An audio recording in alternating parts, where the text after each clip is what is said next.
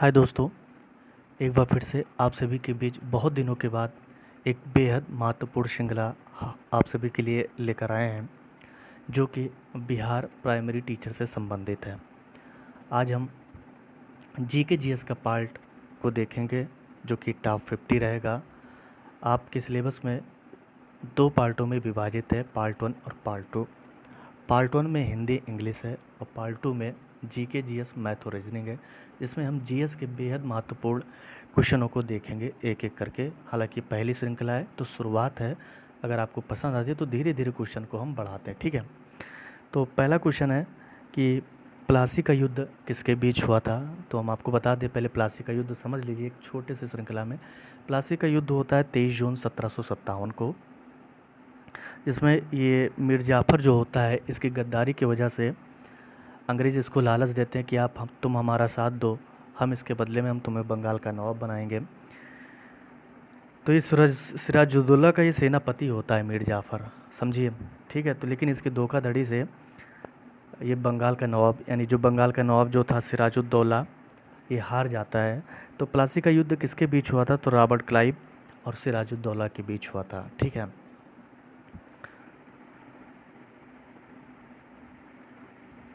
Question number 2, Wellesley की सहायक संधि अपनाने वाला पहला राज्य कौन था? तो हैदराबाद था, सतारा, मैसूर, तंजौर।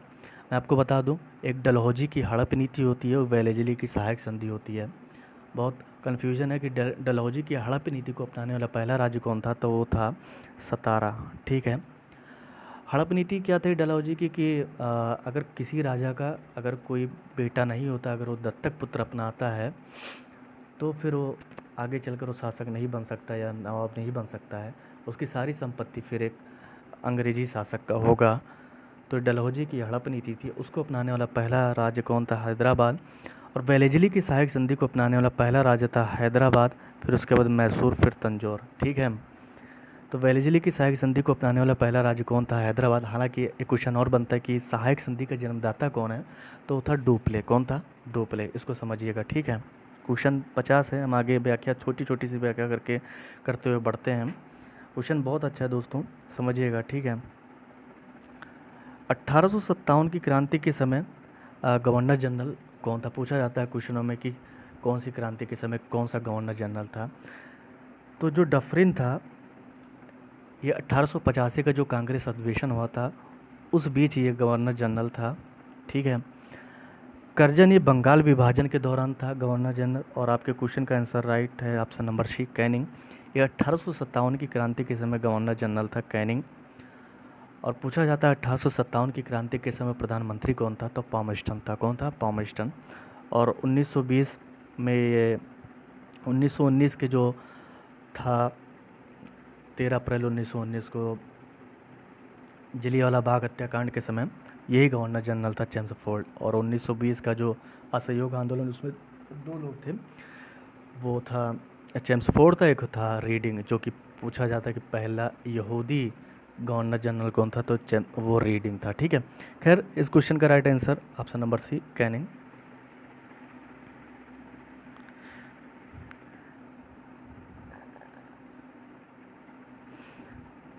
क्वेश्चन नंबर 4 कि 1857 की क्रांति में बिहार से कौन नेतृत्व कर रहा था? बहुत ही इंपॉर्टेंट है आपके इस एग्ज़ाम के लिए।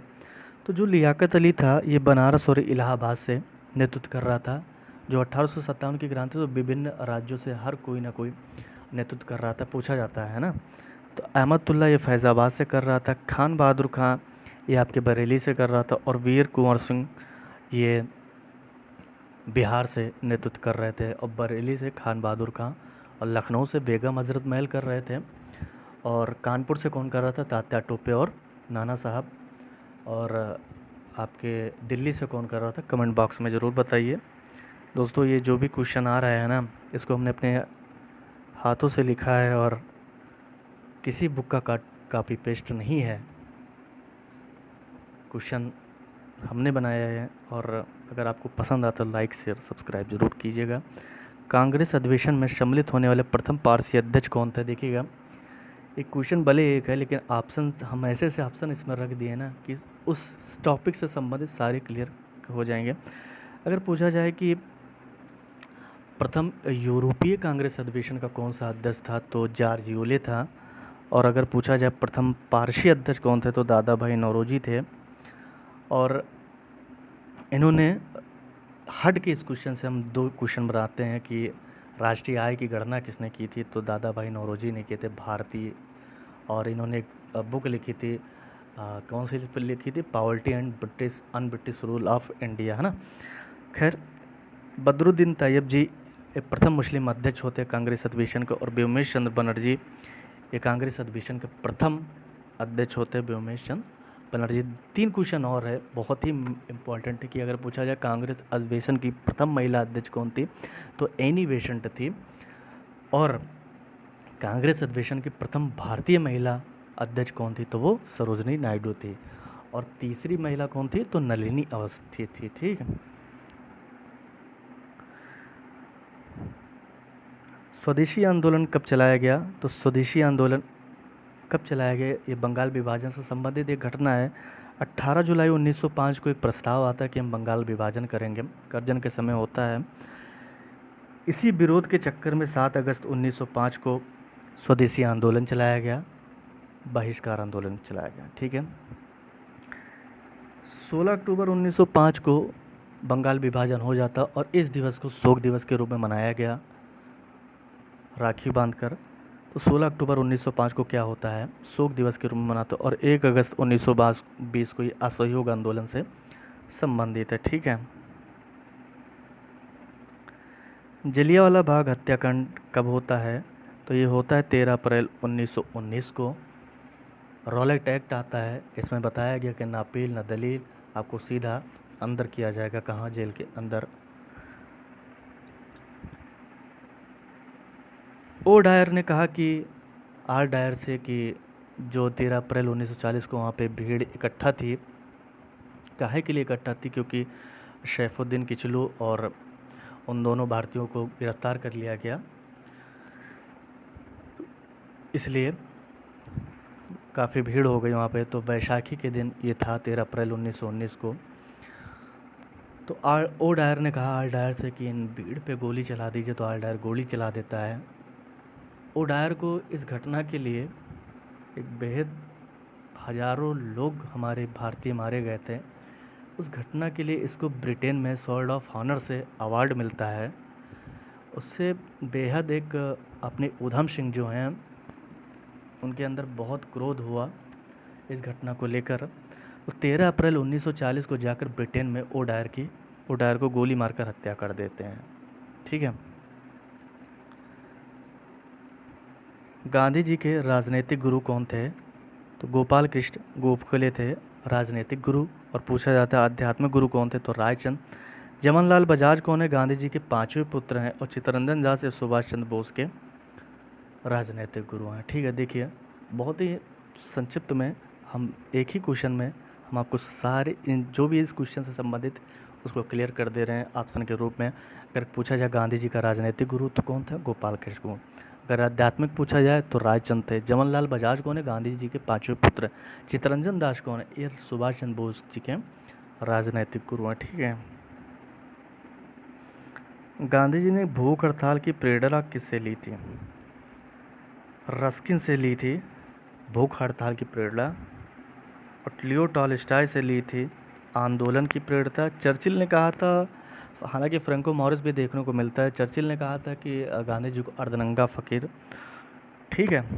तो इस क्वेश्चन का आंसर ऑप्शन नंबर ए। तीनों गोलमेज सम्मेलन में सम्मिलित होने वाले राजनेता कौन, ये क्वेश्चन कई परीक्षाओं में देखा करो। अभी हाल ही में जो वीडियो और एग्ज़ाम 2018 का पेपर हो, तो उसमें देखा गया कि तीनों गोलमेज सम्मेलन में सम्मिलित होने वाले एकमात्र भारतीय राजनेता कौन थे। एकमात्र नहीं, 3 लोग थे, भीमराव अंबेडकर, तेग बहादुर सप्रू, तीसरा आप कमेंट करेंगे। ठीक है। अगर पूछा जाए गांधी जी एकमात्र द्वितीय गोलमेज सम्मेलन में भाग करने वाले पहले व्यक्ति थे, गांधी जी, है ना। और कांग्रेस भी इसी में द्वितीय गोलमेज सम्मेलन में भाग लिए थे। हिस्ट्री के क्वेश्चन समाप्त होते हैं। अब आते हैं हम जियोग्राफी पे। टॉप 50 में मैंने पाँच विषयों को लिया है।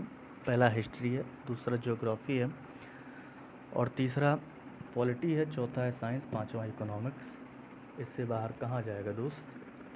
अगर हम टॉप 50 रोज़ श्रृंखला निकाल दें, यानी तो हर ऑप्शन से हम एक एक क्वेश्चन को 4 और बनाते हैं, तो समझ ही लीजिए कितने क्वेश्चन हैं। आप साथ दीजिएगा तो हो सकता है, बाकी देखा जाएगा। विषुव की घटना कब होती है? विषुव की घटना यानी दिन और रात बराबर होना, ठीक है। ये होती है 21 मार्च और 23 सितंबर को। अगर पूछा जाए शरद विषुव कब होता है तो 21 मार्च को, ठीक है। सॉरी, 21 मार्च को क्या होता है? बसंत विषुव। और 23 सितंबर को क्या होता है? शरद विषुव। समझ में आया? विषुव की घटना कब होती है? 21 मार्च और 23 सितंबर को। 21 मार्च को क्या होता है? बसंत विषुव। 23 सितंबर को क्या होता है? शरद विषुव, ठीक है। अब आता है 22 दिसंबर को। क्या होता है? 22 दिसंबर को होता है अपने भारत में सबसे छोटा दिन, और रात क्या होती है? बड़ी दिन। ये दक्षिणायन की घटना होती है 22 दिसंबर को। इसमें सूर्य जो है मकर रेखा पर सीधा चमकता है, और 21 जून को भारत में सबसे बड़ा दिन होता है, इसमें सूर्य कर्क रेखा पर सीधा चमकता है, ठीक है। और इस घटना को क्या कहते हैं? उत्तरायण। यानी 22 दिसंबर को दक्षिणायन, 21 जून को क्या होता है? उत्तरायण, ठीक है। हम अपने हिसाब से क्वेश्चन को सेट किए हैं, ऑप्शन भी जो हम एक क्वेश्चन जो हमने पूछा उसी घटने से जो संबंधित और क्वेश्चन हो तो उसको क्लियर हो जाता है। देख रहे हैं आप क्वेश्चन के माध्यम से। कोई भी दो रेखाओं, अक्षांश रेखाओं के बीच की दूरी कितनी होती है? तो 111 किलोमीटर। अगर पूछा जाए देशांतर, तब क्या होगा? तब 111 3.32, ठीक है। अगर पूछा कुल अक्षांश वृत्तों की कुल अक्षांश रेखाओं की संख्या तो 181, और अक्षांश वृत्तों की संख्या 179 हो जाएगा। कुल देशांतर रेखा कितना है? 360। बस खत्म। इस क्वेश्चन से 4 ही क्वेश्चन बन सकते हैं ना दोस्त। या तो पूछा जाए कि अक्षांश रेखाओं के बीच की दूरी कितनी? 111 किलोमीटर। देशांतर में क्या हो जाएगा? 111.32। अगर पूछा जाए अक्षांश रेखाओं की कुल रेखा कितना? 181। अगर कुल अक्षांश वृत्तों की संख्या तो 2 कम हो जाएंगे ऊपर नीचे, 90 वाला ना, उत्तरी और दक्षिणी, तो 179 हो जाएगा। और कुल देशांतर रेखाओं की संख्या 360 हो जाएगा। खत्म। भारत की प्रमाणिक देशांतर रेखा, यही एक क्वेश्चन बन जाता है कि भारत की प्रमाणिक देशांतर रेखा कौन सी है? तो 82.5 डिग्री पूर्वी देशांतर, ये आपकी भारत की प्रमाणिक रेखा है। और किन राज्यों से होकर गुजरती है? वो है पहला उत्तर प्रदेश, है ना, फिर आता है मध्य प्रदेश, फिर आता है छत्तीसगढ़, फिर आता है आपका आंध्र प्रदेश, ठीक है। तो मध्य प्रदेश होता है, छत्तीसगढ़ होता है, ठीक है, आंध्र प्रदेश होता है, मध्य प्रदेश होता है, आंध्र प्रदेश होता है, छत्तीसगढ़ होता है, उत्तर प्रदेश होता है, उड़ीसा होता है, महाराष्ट्र नहीं होता है। तो अगर पूछा जाए कि भारत की प्रमाणिक देशांतर रेखा कितने राज्य से होकर गुजरता है, तो 5 रेखा है। आंध्र प्रदेश, मध्य प्रदेश, छत्तीसगढ़, उत्तर प्रदेश और उड़ीसा। महाराष्ट्र नहीं है, ठीक है। एक ट्रिक है, आंधी में छाता ऊपर उड़ा। क्या? आंधी में छाता ऊपर उड़ा। आंधी यानी आंध्र प्रदेश, में यानी मध्य प्रदेश, छाता यानी छत्तीसगढ़, ऊपर यानी उत्तर प्रदेश, और उड़ा यानी उड़ीसा, ठीक है। समझ गए ना? रहेंगे तो याद ही हो जाएगा। कर्क रेखा भारत के किन राज्यों से होकर नहीं गुजरता? पहली बात तो जान लीजिए, कर्क रेखा भारत के कितने राज्यों से होकर गुजरता है? तो 8 राज्यों से होकर गुजरता है। कौन कौन? गुजरात, राजस्थान, मध्य प्रदेश, छत्तीसगढ़, झारखंड, पश्चिम बंगाल, त्रिपुरा, मिज़ोरम। तो कौन नहीं है? उत्तर प्रदेश नहीं है, ठीक। इसकी भी ट्रिक है। क्या? मित्र में गमछा जार। हालांकि अगर पूछ ले सीक्वेंस में तो कैसे बता पाओगे, तो ट्रिक वो काम नहीं देती, इसलिए लाइन से याद कर। गुजरात, राजस्थान, मध्य प्रदेश, छत्तीसगढ़, झारखंड, पश्चिम बंगाल, त्रिपुरा, मिज़ोरम, ठीक। 8 राज्यों से।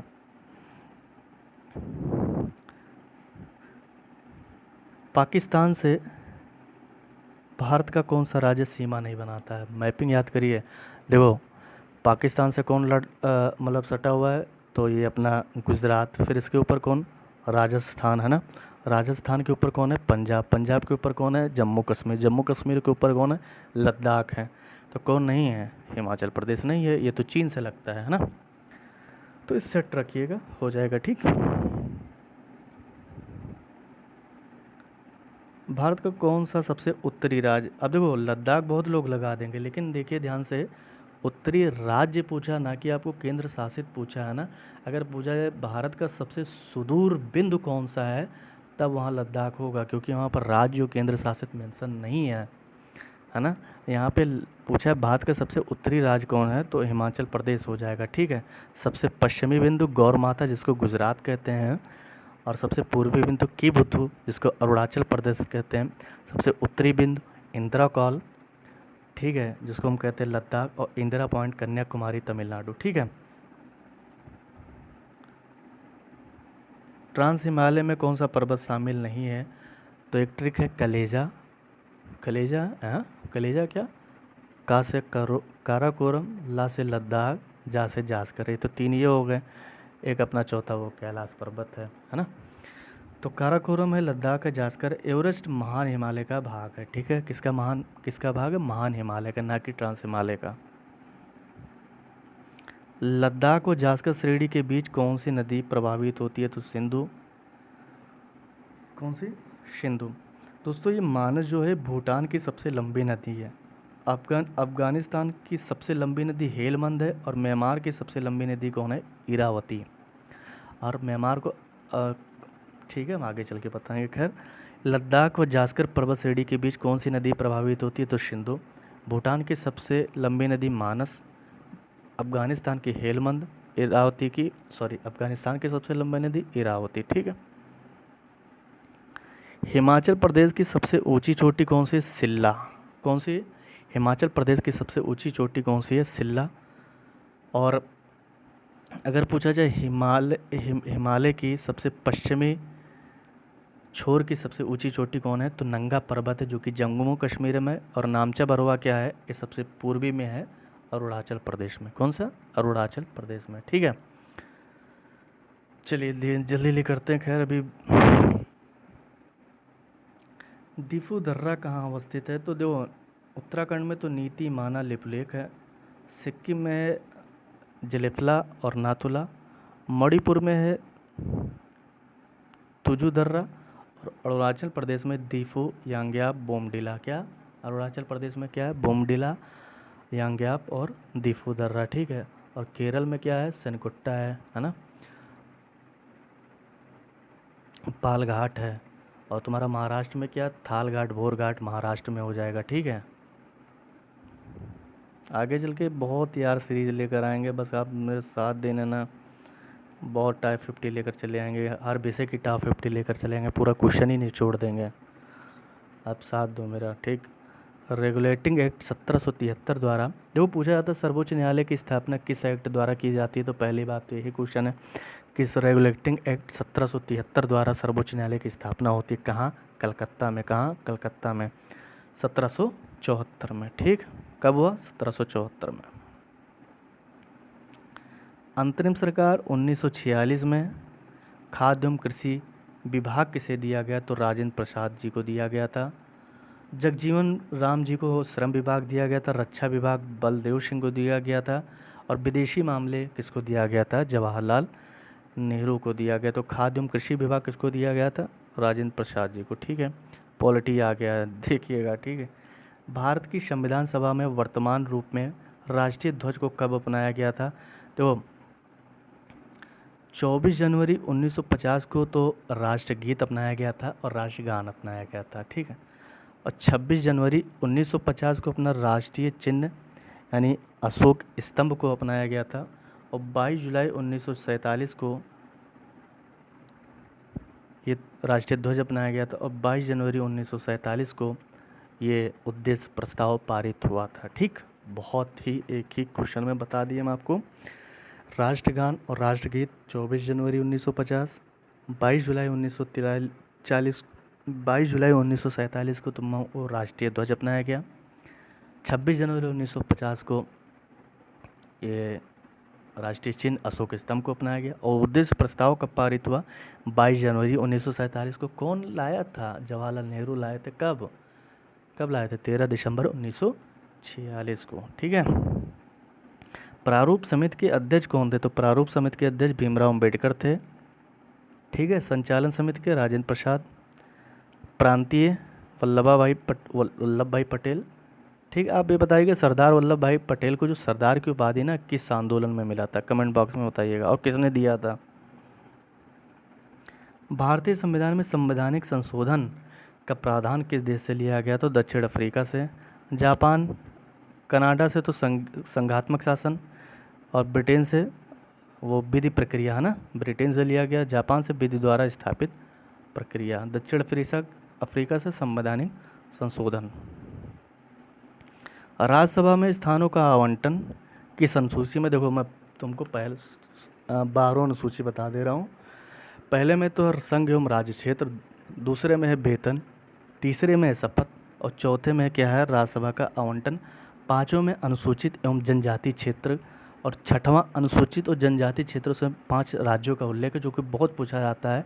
असम, मेघालय, त्रिपुरा, मिजोरम, 4 राज्य का उल्लेख है। 4 राज्य का, असम, मेघालय, त्रिपुरा, मिजोरम। और छठवीं में क्या है?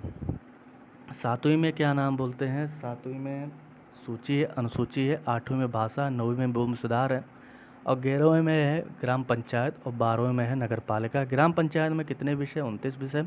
और नगर पालिका में कितने विषय? 18 विषय। ठीक है। 11वीं अनुसूची को किस संविधान संशोधन द्वारा जोड़ा गया था? कमेंट बॉक्स में बताइएगा। और छठवीं में क्या है? ज़रूर बताइएगा अनुसूची में। ठीक है। जनसंख्या नियंत्रण एवं परिवार नियोजन किस अनुसूची में है? तो ये आपके समवर्ती सूची में है। अगर जनगणना पूछ लेता है तो संघ सूची में है। ठीक। और राज्य में क्या है? रेलवे पुलिस हो गया, है ना, ये तुम्हारा राज्य में हो गया। राज्य पुनर्गठन आयोग ये 1953 में आता है, लेकिन इन्होंने 1 नवंबर 1956 को इतने राज्य बनाए थे। तो कौन कितने राज्य बनाए थे? तो 14 राज्य, 6 संघ शासित राज्य प्रदेश बनाए थे। ठीक है। अल्पसंख्यक हितों का संरक्षण, देखो बहुत ही इंपॉर्टेंट है। पीटी में UPSSC का तो फेवरेट क्वेश्चन है। अब मैं इतने दिनों से परीक्षा दे रहा हूँ UPSSC का ना, तो देखो पीटी में पूछा, अभी वीडियो और एग्ज़ाम का हुआ उसमें भी पूछा, और अन्य परीक्षाओं में बहुत पूछता है। तो अल्पसंख्यक हितों का संरक्षण अनुच्छेद 29 में है। 15 में क्या है? लोक नियोजन अवसर का। 18 में उपाधियों का अंत है। 17 में है अस्पृश्यता का निषेध है। ठीक है। जीवन जीने का अधिकार 21 में है। 23 में क्या है? शोषण विरुद्ध के अधिकार है 23-24 में। और 20 में क्या? दोष सिद्ध के संबंध में संरक्षण है 20। पूछा जाता है कि जब वो आपातकालीन सिचुएशन में जब लग जाता है इमरजेंसी, तो कौन से अनुच्छेद को छोड़कर बाकी सब बंद हो जाते हैं, निषेध हो जाता है? तो 20 और 21 को छोड़कर बाकी सब निषेध हो जाते हैं। ठीक है।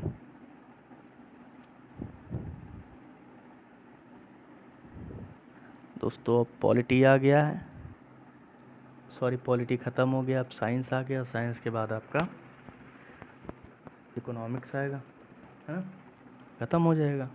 इनमें से कौन सी मिश्रित ग्रंथ है? तो अग्नाशयी ग्रंथ मिश्रित है दोस्तों, बहुत पूछा जाता है। रुधिर वर्ग की खोज किसने की थी? तो कार्ल एंड स्टेनर ने की थी। विलियम हार्वे ने रक्त परिसंचरण तंत्र की खोज की थी। ये जीवाणु से संबंधित है ना, जीवित जीवाणु को इन्हीं ने खोज नहीं किया था, एंटोनी लिवेनहाक ने। सर्वप्रथम पाचन कहाँ से शुरुआत होता है? तो मुख से स्टार्ट होता है। क्यों स्टार्ट होता है? क्योंकि वहाँ पे लार में ना टाइलिन एंजाइम पाया जाता है। ये टाइलिन एंजाइम क्या करता है? एक कार्बोहाइड्रेट को शुगर में परिवर्तित कर देता है। इससे जो रोटी तुम खाते हो ना, इसीलिए मीठी लगती है। ठीक है। पूछा जाता है प्रोटीन का सर्वप्रथम पाचन कहाँ होता है? अमाशय में होता है। और सर्वाधिक प्रोटीन का पाचन अमाशय में होता है 70%, और बाकी का कहाँ होता है? छोटी आंत में। कौन करता है? ट्रिप्सिन करता है, वो 30%। ठीक है, हो गया यार। पूछा जाए दांत की एनेमल की कठोरता, बहुत ही अच्छा सवाल है, बहुत गलत करते हैं। दो कैल्शियम लगा के आएंगे, लेकिन पूछा जाए दांत की कठोरता का क्या कारण है, तब कैल्शियम होगा। यहाँ पे पूछा दांत की एनेमल की क्या कठोरता है, तो फ्लोरीन होगा। क्या होगा? फ्लोरीन। ठीक। दूध का जो सफ़ेद रंग होता है किस कारण होता है? केसिन प्रोटीन के कारण होता है। पीला रंग किसके कारण होता है? तो केरोटीन प्रोटीन के कारण होता है। जो अमाशय में जो 70% जो प्रोटीन का पाचन करता है कौन तो करता है? पेप्सिन करता है और रेनिन करता है। और छोटी आंत में कौन करता है? ट्रिप्सिन करता है। ठीक है। पित्तरस कहाँ अवस्थित होता है? तो पित्तरस लीवर में अवस्थित होता है, यकृत में। और अग्नाशयी रस अग्नाशय में होता है। ठीक है। और पित्तरस इकट्ठा कहाँ होता है? तो पित्ताशय में इकट्ठा होता है। हालांकि इस क्वेश्चन का right answer option number C, पित्तरस कहाँ अवस्थित होता है? लीवर में। ठीक है। कीट वर्ग अपना श्वसन कैसे करते हैं? तो वातक यानी ट्रैकिया, फेफड़ा आपका व्हेल हो गया, डॉल्फिन हो गया, त्वचा केचुआ करता है, बुकलंग्स ये मकड़ी हो गया, बिच्छू हो गया, बुकलंग्स के माध्यम से श्वसन। ये पूछा गया है सुपरटेट में, ध्यान दीजिएगा। एक पिकोमीटर बराबर कितने होता है? तो 10 के पावर 12, 10 के पावर -12 मीटर। एक नैनोमीटर बराबर होता है 10 के पावर -9 मीटर। एक एंगस्ट्रॉन्ग बराबर कितना होता है? 10 के पावर -10। एक फर्मी मीटर बराबर 10 के पावर -15 मीटर। ठीक। दूरी का सबसे बड़ा मात्रक कौन होता है? पारसिक होता है। आप बताइएगा एक प्रकाश वर्ष बराबर कितने होते हैं? कमेंट बॉक्स में। पृथ्वी के केंद्र पर जी का मान कितना होता है? शून्य हो तो ऊपर नीचे कम कम होता है, यानी ऊपर नीचे घटेगा। अर्थशास्त्र इकोनॉमिक्स आके जल्दी ख़त्म करते दोस्तों इसको भी। अर्थशास्त्र के जनक कौन है? तो एडम स्मिथ है। किसमें बताएं कौन सी पुस्तक इनकी बहुत इंपॉर्टेंट है? The wealth of nation. Ragnar frisk, इन्होंने अर्थव्यवस्था के 3 प्रकार बताए हैं। एक होता है पूंजीवादी अर्थव्यवस्था, समाजवादी अर्थव्यवस्था और मिश्रित अर्थव्यवस्था। जो समाजवादी अर्थव्यवस्था है उसके जनक कौन है? Karl Marx. इन मतलब जनक या विचार इन्होंने दिया था। और रेगनर और जो पूंजीवादी है उसका विचार एडम स्मिथ ने दिया था। और जो आपकी मिश्रित अर्थव्यवस्था यानी भारत का जो अर्थव्यवस्था मिश्रित अर्थव्यवस्था है उसको जेएम कीन्स ने दिया था। फिलहाल अर्थव्यवस्था के जनक कौन है? अर्थशास्त्र के जनक एडम स्मिथ। ठीक। जो कि कृषि क्षेत्र 21 अर्थव्यवस्था के क्षेत्र में आता है, तो प्राथमिक में आता है। जैसे वन हो गया, मुर्गी पालन हो गया, ये प्राथमिक हो गया। द्वितीय में क्या हो? विनिर्माण क्षेत्र हो गया, जिसमें औद्योगिक हो गया, है ना। तृतीय क्षेत्र में सेवा क्षेत्र आ जाता है, जैसे तुम्हारा बैंक हो गया, रेलवे हो गया, सेवा क्षेत्र में आता है। हालांकि इस क्वेश्चन का right answer option number A. Bharat की राष्ट्रीय आय का मापन किन्होंने किया? अभी हम बता चुके थे, दादा भाई नौरोजी भाई। अगर पूछा जाए भारत की राष्ट्रीय आय का वैज्ञानिक विधि द्वारा किसने किया था? तो BKRB राव ने किया था। ठीक है। राष्ट्रीय आय का मापन पहले CSO करता था। ठीक है। और अब कौन करता है? अब NSO करता है। आधुनिक बैंक की शुरुआत कहाँ से होती है? इटली से होती है। क्या नाम था? Bank of Venice. ठीक है।